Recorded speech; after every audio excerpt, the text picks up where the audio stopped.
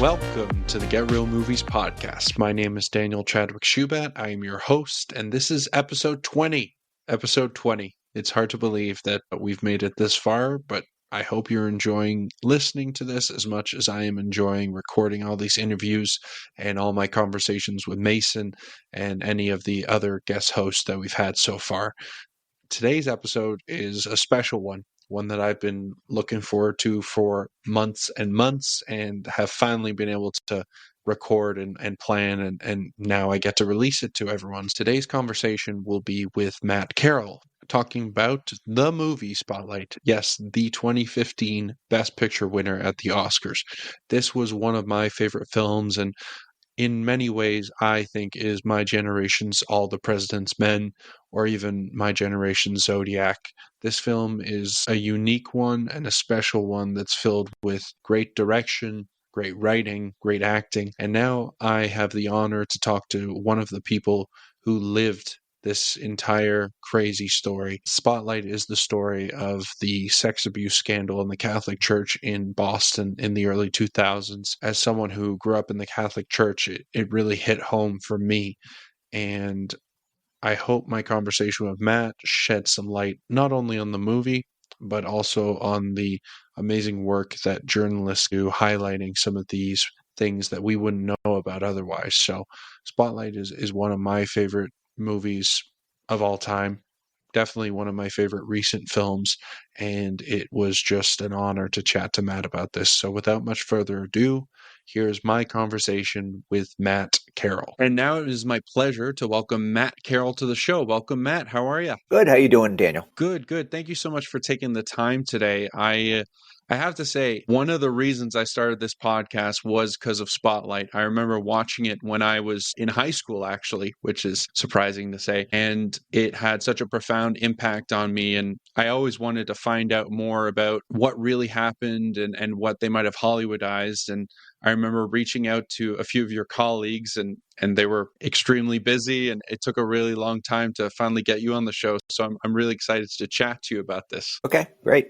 I wanted to ask firstly, when this film came about, the process of it coming about, were you consulted? I know quite a few of your colleagues were consulted in the making of this film, but were you consulted, and Yes. what was that process like? We were all consulted when they were writing the script. I was still at the Globe at that point, and Josh Singer and Tom McCarthy, they both wrote it, and Tom was the director. They talked to us a lot. I think Josh more than Tom, and they came by the Globe, and they spent a long time at the Globe interviewing us. And then as the script was being written, they would send it back and forth to us to check it out. At that point, I was leaving the Globe. I ended up at the MIT Media Lab for a few years, and I was less involved at that point, and not really involved when they were shooting the picture at all, because I was busy at my new job. Walter Robinson, and Mike Resendiz spent a lot of time working on a script with him. Good. I know that they were actually in the movie. There was a little cameo. So were Right, you a little jealous about that, or you were just too busy to care? I could have been there, but I was at a conference, so I was like, I'm not going to skip a conference to go for a 4-second thing. So it didn't really bother me. 4-second thing, for sure.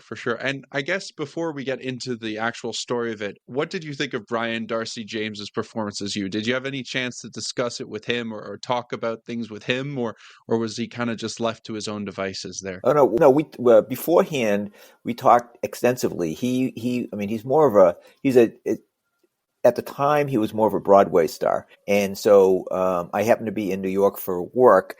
And so we sat down, we went out to supper one night. We had a really nice time chatting. And then he called me and asked me questions about certain things, like how to say certain words or whatever. And one of the things they incorporated into the movie was I told him I was a heroic drinker of coffee. And so in every scene in the movie, there's a coffee cup on my desk, a Dunkin's coffee cup on the desk. So it was interesting, all the little subtle things they picked up on. What sort of numbers are we talking about there with the coffees?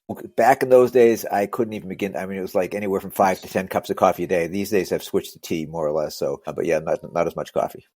Yeah, I remember watching the film, and I quite like Brian Darcy James. He's a really good character actor, and he's coming more and more into films now. But I remember watching him, and especially some of the more dramatic moments with him. One of them being, finding out there's a treatment center down the road. I did want to ask you about that specific moment because, from what I understand, the real story was actually more unbelievable than the story they presented in the film. Right. Yeah. So the first story we wrote about was about a priest named Father John Gagan, who had molested 100 plus boys, or was alleged to have molested 100 plus boys. So we were at that point we were writing a story about him, and we were doing research. And one of the things you pull up is as much information as you can. And I realized he lived in West Roxbury, and I'm looking at a map, and I'm like, oh my God, this guy lives around the corner from me.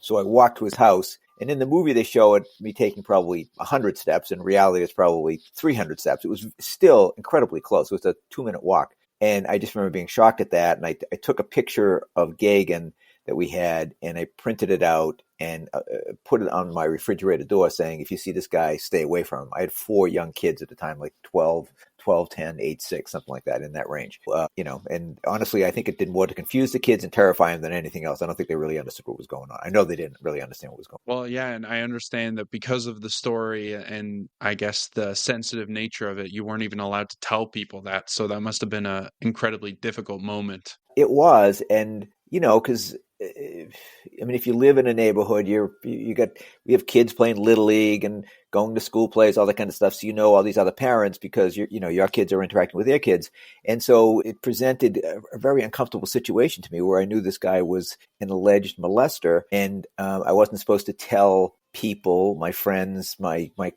neighbors, that this guy was out there. And so I talked to Robbie about it, and he says, "You cannot tell anyone." But I had told my wife, and she actually had told people behind my back, actually. So the word did get out a little bit anyways to the people we knew. Yeah. And I guess bringing it back a little bit, in the movie, it's obviously 2 hours. You have to rush the process a little bit. But could you tell me a little bit of how this transpired, like how many years took place between the Spotlight interview and then going to publishing? And I know a lot of these articles were published over a number of months and before it wasn't all out at once as they kind of showed it in the film. So when did Spotlight get a hold of this story, and how long was it until that first article came out? Well, I'm a little confused. Are we talking about the movie or the writing of the stories? So the writing of the story. So in the movie, they obviously there's a lot of time jumps to 9/11 and different things like that. So it's not always clear how long the writing process actually took place.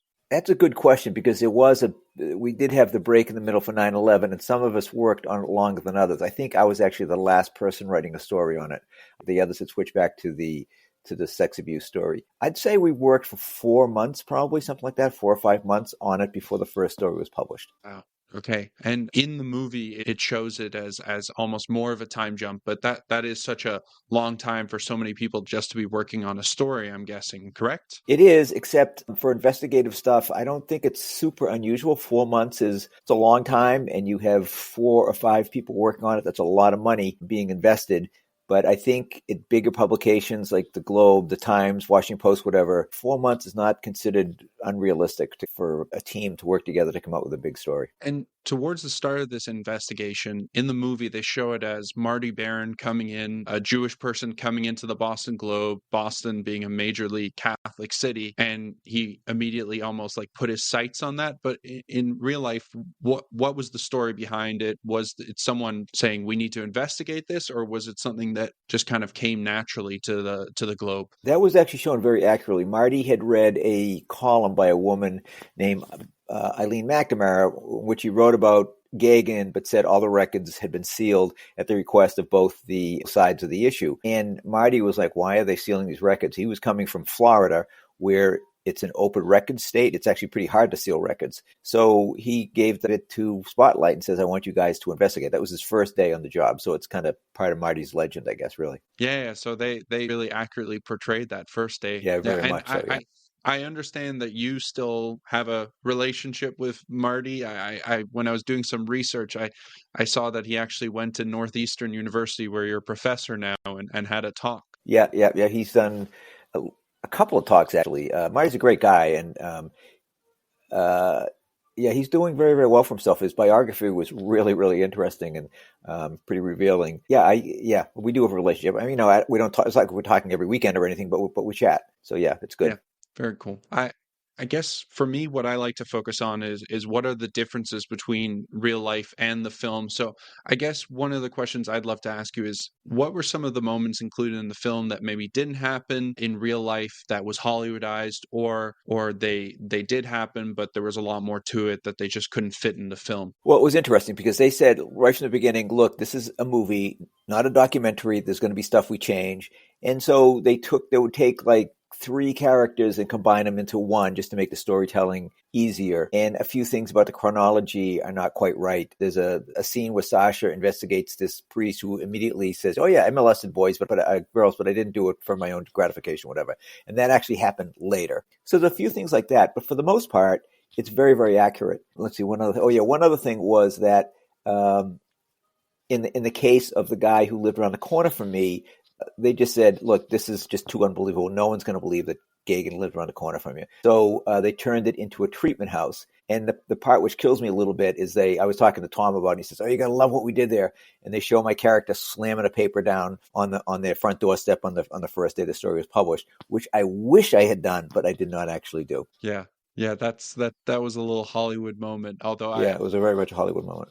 well, sometimes the fiction is better than the truth, I guess, sometimes, right? Yeah, sometimes. I mean, I still think of it as kind of a truthful fiction because they did a marvelous job of getting across how hard this kind of work is and how non-glamorous it is. And there was this anecdote, which I always love, where there was an interview with I forget what they call the person, but the person who buys clothes for all the actors and stuff. And Tom McCarthy, the director, kept telling it, no, make him shabbier, make the clothes look worse. And which just always cracked me up because it's true. I buy clothes at Costco or whatever, and we're definitely not looking that great every day. So and they do the spreadsheet scene, which journalists love, especially my end of the profession, which is sort of the geeky end of the profession.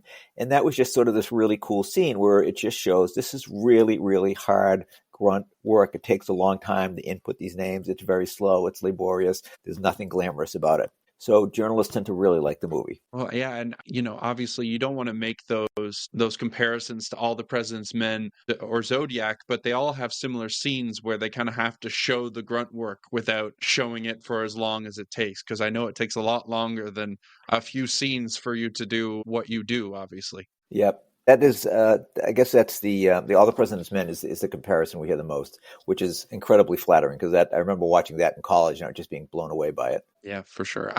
You brought up the spreadsheet scene, and that is when they start realizing the scale of what is happening in Boston. And I remember it struck me because there were these books in I guess the Boston Globe basement that showed all the different priests and working. So was it as simple as just finding the priest that said on sick leave, or all these designations that they used, or were there actually priests sometimes that were on sick leave and it was quite easy, or it wasn't as easy to figure that out? I guess I'd love to get more into the nitty gritty with that. Yeah, it was very easy. So every year, the Archdiocese would publish what essentially was a phone book for where all their priests were.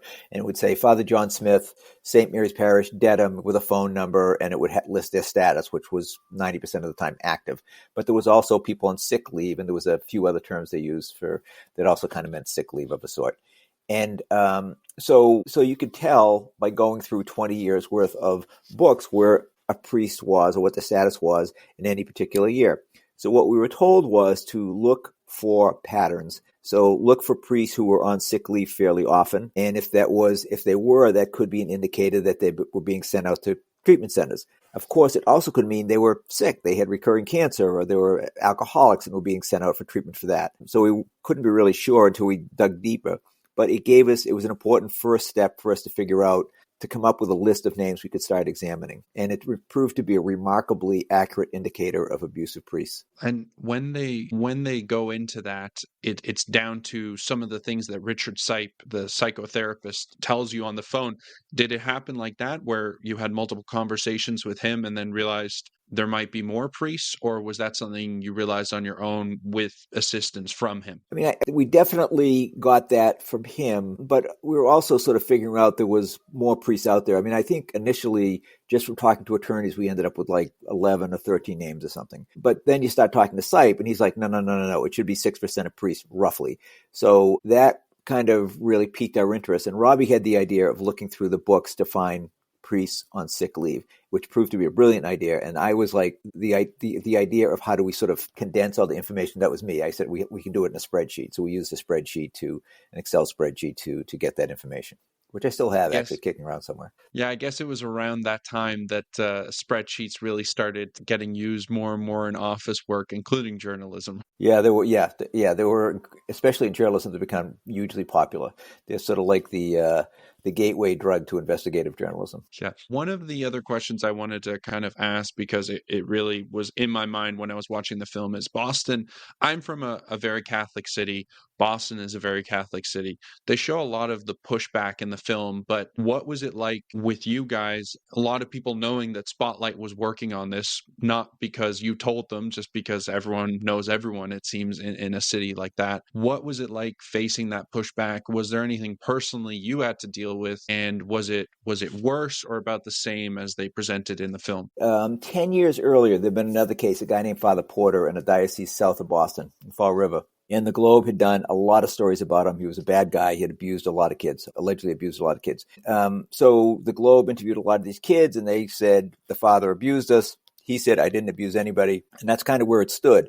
After a bunch of stories had been written, and they could not push it past that point. They didn't have the documents that we got later. And so what happened was, it created a groundswell of feeling against the Globe. They were saying we were Catholic bashing. So there were people outside holding picket signs, and people giving up subscriptions, advertisers canceling ads, the whole bit. So it turned into a little bit of a mini firestorm for the paper. Now, when we got to Spotlight and we ran our first story, totally different situation. Now we had all these documents which would say something like, Father Smith abused someone at this parish, switch him to the new parish, don't tell the priest there what he did. And so these memos and documents were really easy to understand, and we were publishing them in the paper and putting some online. And so anyone could read these documents and get a really clear picture of what the church was doing. And because of that, people realized that it wasn't the Globe that was creating the situation. It was the church that had created its own disaster. And so there was really very little pushback against us. People were just so angry with the church. We weren't sort of seen as the bearer of bad news so much as just telling people what was happening. And people realized the church had created a huge disaster of its own making. Yeah, and I mean, that makes perfect sense. But I guess in the movie they show, I think it's Sasha Pfeiffer and Walter Robinson speaking at his old school, at Walter's old school. Right. Realizing there was a priest there who had most likely abused kids, and they had representatives of the church there for the meeting, even though they had just requested the meeting with I guess the principal of the high school at that time. So right. I guess that's why I was wondering more about during the story when you guys were still writing it. Was there pushback from the church, I guess? Not a ton. I mean, there were individual cases like that where people at a certain school or whatever would push back and just be like, wait, what's going on here? But no one was in a position to really see how big the story was. Frankly, we weren't at the beginning either until it sort of exploded on us. So there wasn't a ton of pushback actually after the first story broke. I mean, the church was just kind of like in shock, and they could read these documents too. So the pushback kind of ended very, very quickly. There was always a few people who were pushing back, but not many. And then I guess the main characters besides the Spotlight team are the lawyers in the movie, which is Garabedian and then Eric McLeish, which is Billy Crudup and Stanley Tucci. Yep. And I wanted to ask a little bit about Garabedian because he seemed to be more involved actually and had a radically different approach than McLeish did in real life and in the movie. So what was that relationship like, or was that mostly Michael who was dealing with them at the time? No, I dealt with both of them, and as did everybody. It was very different ways of dealing with them. Garabedian was, like they show in the movie, small office. He might have had one or two associates working with him and one or two secretaries, but it was a tiny office just piled high with legal stuff everywhere, boxes of legal documents. The other guy, Eric, was in a big law firm, Greenberg Traurig at the time, and it was like a really big building, fancy building. I don't know how many lawyers. There were a lot of lawyers working there.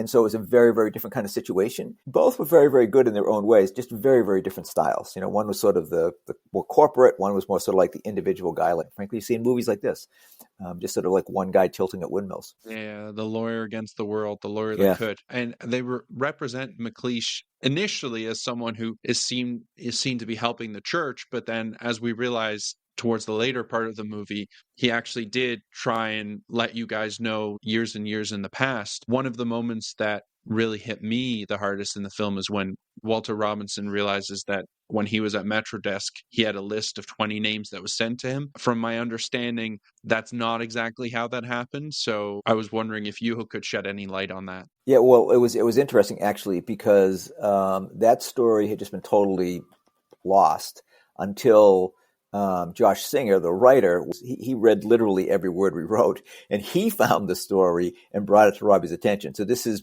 before we were working on the thing. Robbie was like, he had no recollection of it at all. He might have been on vacation. He's not 100% sure, but it was just one of those things where it just was a one more piece of daily story. A bunch of priests accused, whatever. Just a 500-word story in the back pages of the paper. And it just was in the paper one day and totally forgotten. Wow. That's crazy that it took the screenwriter to uncover that. That must be rare, I guess, eh? It is rare, yeah. Although I got to say, if you are an editor, you go through so many stories in a day, looking at them, over the course of a career, over 20 years, I mean, you must read literally thousands of stories. And if you're even a reporter, you kind of go through the same thing. So there's been definitely, I remember going through my old clips and I was like, I have no recollection of some of these stories at all. Because sometimes you're just really, really busy and you're banging stuff out very, very fast and they just don't leave much of an impression and they're just in the past and that's it. Well, yeah, especially editor, this was on small scale, but I remember when I was running the movie blog and editing a bunch of people's work and I couldn't remember half the stuff I edited. And I was like, oh, I edited this? Okay, I guess I did. But right, yeah, exactly, I couldn't imagine. One of my final questions about the movie would be, I guess, it's hard to give these sort of things a rating, but in terms of as someone who lived this story and as someone who went through it and had to deal with just the darkness behind it, how do you think the film did in terms of representing what happened in a way that made, was mostly historically accurate from what I understand from you, but also entertaining? I mean, it won the Best Picture at the Oscars, right. So obviously it got its critical love.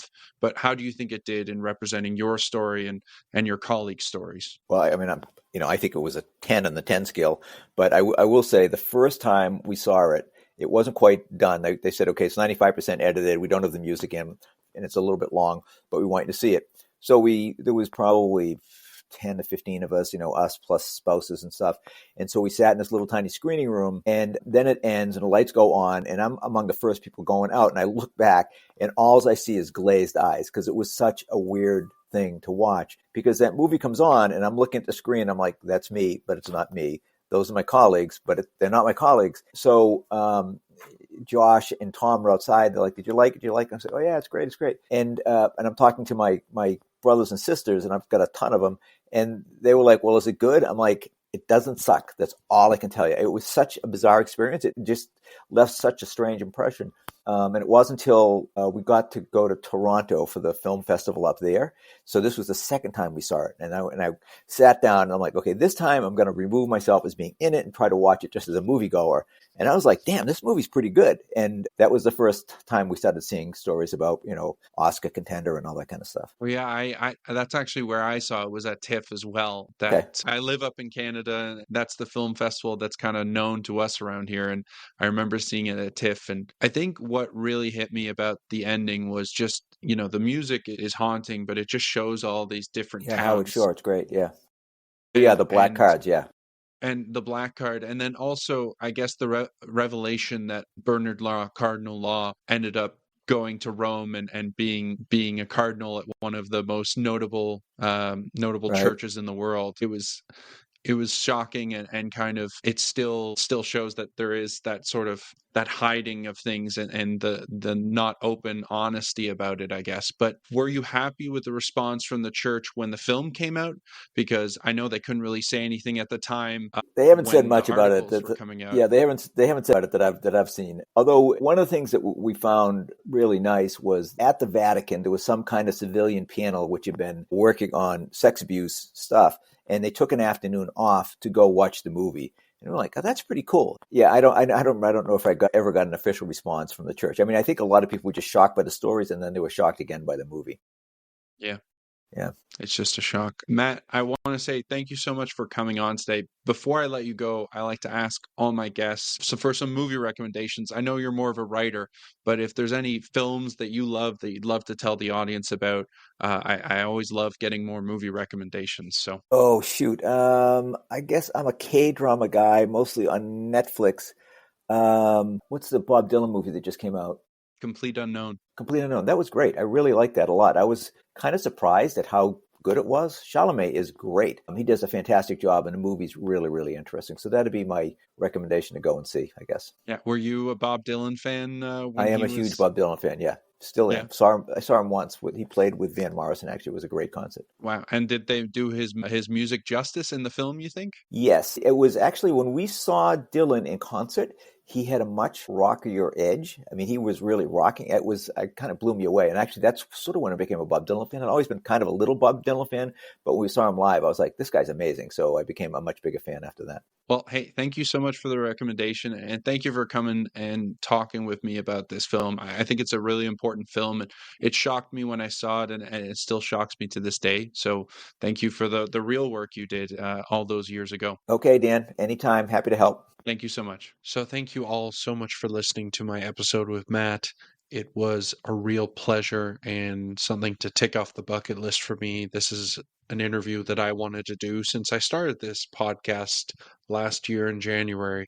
And I hope you go watch the film if you haven't already. Just watch the amazing work Matt and the rest of the team at Spotlight and the Boston Globe did all those years ago. Matt's story here is one of those that I think is so important that we get to see and hear about, whether it be reading the articles that the Spotlight team did all those years ago, or for people from my generation or younger generations, that they get to see this film and know that it is about as accurate as it can be, really.